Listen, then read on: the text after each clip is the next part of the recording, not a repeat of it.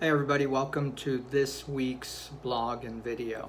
Have you ever been stuck in a lane on a highway while traveling, or boxed yourself in, or even worse yet, have you ever gotten out of the right lane into the left lane to shoot forward and try to catch up and only to run into somebody that's stopping you from getting to where you want to go?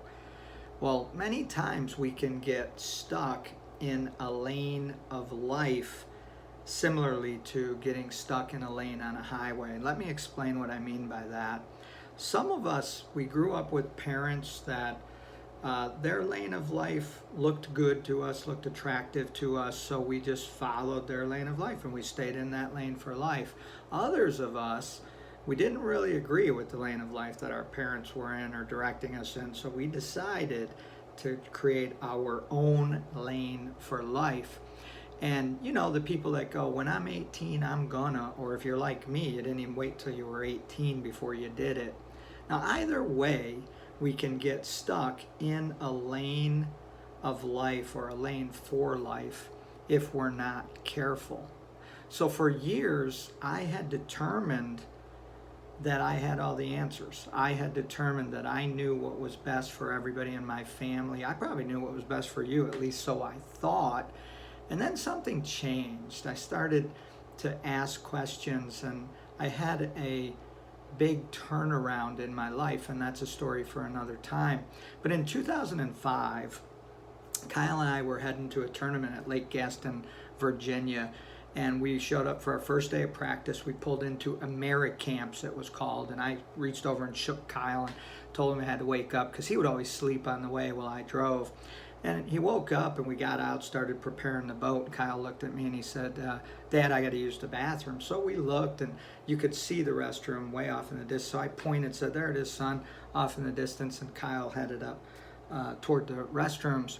And I proceeded to get the boat ready to put in. So once I got the boat all ready to put in, I was waiting for Kyle and I thought, you know, I better run up there and use the bathroom as well. So I hiked up the hill and I come around the corner to the building and I just see Kyle and he's facing the other way and he's sucking on a cigarette real fast and he's facing the other. So I back up, get around the corner, and I try to get in a position so he can't really see me, and I'm watching him and he's sucking on this cigarette and I'm getting angry. Like, how could he be smoking when I just had a heart attack 2 years ago and I had to quit smoking?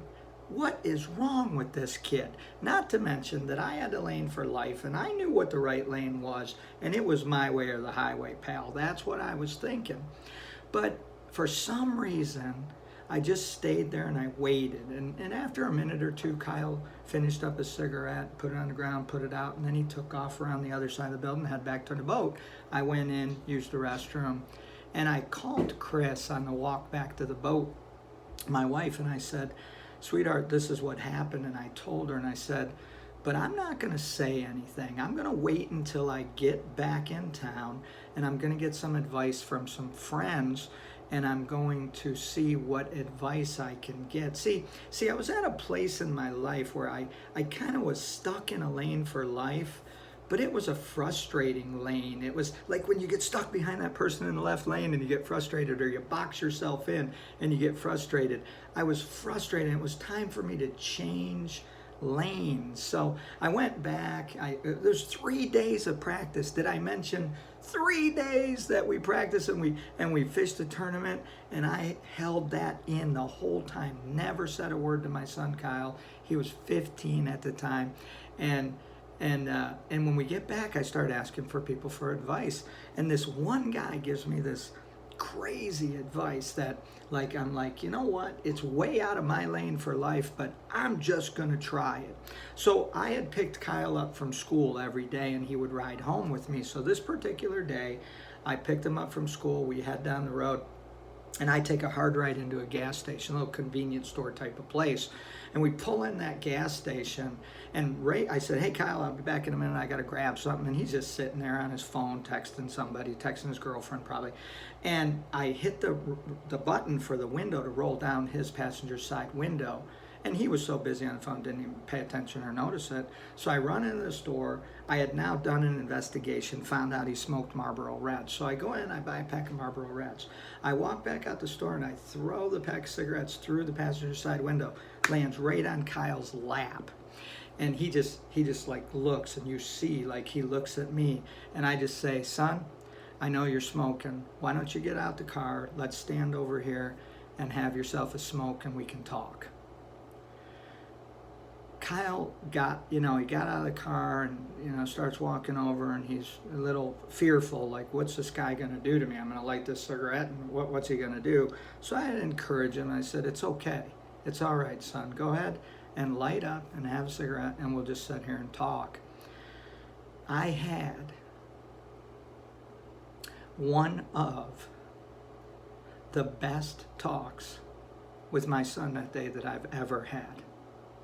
I cherish that talk. I cherish that moment. You see, what had happened was all I did was be open to changing lanes, to changing the life lane that I had gotten caught up in. By holding back and asking for advice, by listening to others, I changed lanes in life. Kyle and I, that day on that sidewalk, we changed lanes of life together, and it was a beautiful thing. So don't get caught up in a lane for life. Ask questions. Listen to what others have to say. You might just find that changing lanes in life can be a good thing. Either way, may God bless you and your family as you travel your lane in life. Have a great week.